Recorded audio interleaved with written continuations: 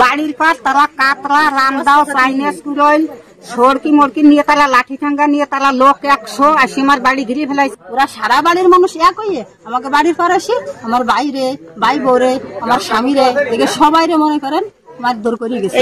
ওরা কাতরা নিয়ে এসেছিল, সড়কি নিয়ে এসেছিল, চাইনিজ কুড়ল রামদাও সবকিছু নিয়ে আইসে, আতুর এই বাড়ির ঘরে সবকিছু নিয়ে আইসি, তারপরে এগুলো করে গেছে।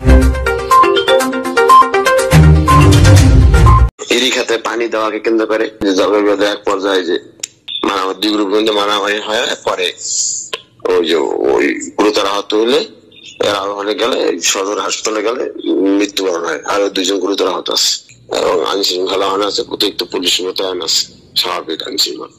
আসামি গ্রেপ্তারের চেষ্টা অব্যাহত আছে।